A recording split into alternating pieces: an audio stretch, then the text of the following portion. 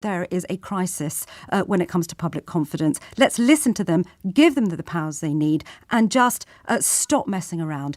That's a reasonable position to take at this stage, isn't it? Well, what I would say is I totally agree with you that the confidence in the police service is at an all-time low. So why are you fighting a solution to that?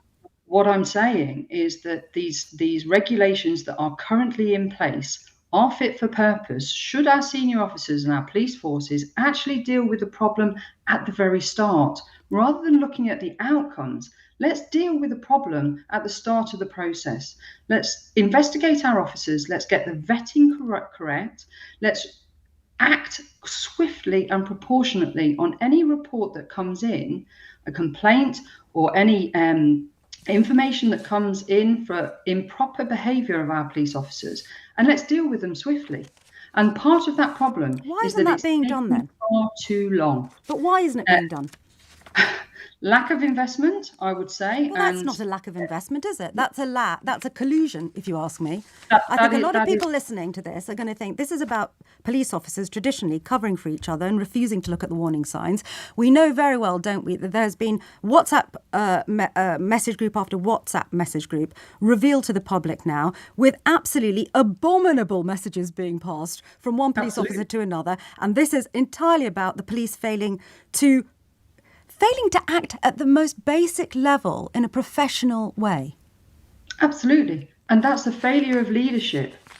Or is it a failure of culture and individual police officers just not acting well? Because I can tell you what. So many integral parts. So many integral parts. But what we have to have is strong leadership at the start of this process. The moment a police officer joins the service, we should be vetted on a regular basis. We should have proper professional development, proper management to curtail all of these abilities to actually do wrong before it's too late. Understood. I understand what you're saying. You're saying there needs to be root and branch reform of how complaints are dealt with. In the meantime, would you, if this wasn't a permanent change, would you support it if it was a temporary one? Because you seem to accept, if I've understood you correctly, that the system with the independent lawyer is not working because you acknowledge the figures that I've just read you from the Home Office.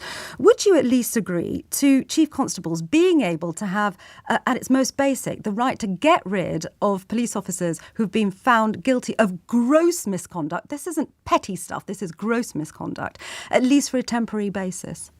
No, I would say that every single case, until they can actually bring the right cases, But they are bringing the right cases.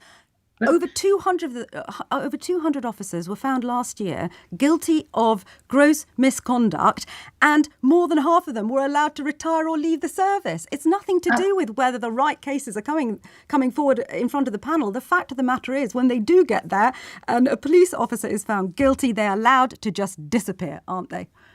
On a golden pension. Each case should be based on its own merits. And those sanctions that are delivered to those officers are based on those merits, the mitigation and the full information that's there.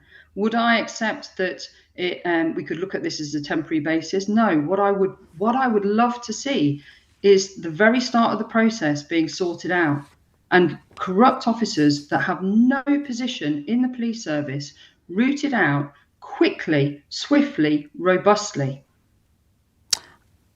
I just want to go back to the start of the interview. You said that the Police Federation had not described the proposed reform as a kangaroo court. According to the BBC, the Police Federation's national chair, Steve Hartshorn, is the person who described it as, quote, a return to kangaroo courts. And I just want to talk to you about the language that he's used there, because the minute somebody like the national chair of the Police Federation describes this reform as a kangaroo court, it immediately undermines public confidence even further, doesn't it, in the police? It was very unwise language, wasn't it? I can't comment on what our national chair has said and quoted. But you're the deputy, aren't you? I am the deputy, and Steve has his voice, and I have my voice. We have a position as the federation, and our position as the federation is that we do not agree that every single officer should be sacked if they are found guilty of gross misconduct. We feel that every case is based on its own merits. The kangaroo court, and I'm speaking for Steve here, is the perception that was there from the public before these regulations were actually brought in. It's like for like, but on a full circle procedure. Understood. Before I let you go, could you just describe to us what a gross misconduct charge is? If a police officer is accused of gross misconduct, what are the kind of things they might have done?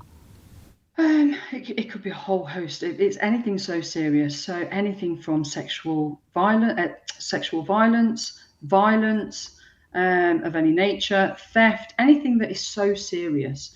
You generally find that an officer will face gross misconduct if they have had to go through the criminal courts. So they will go through the criminal courts, and then they will be faced with the gross misconduct.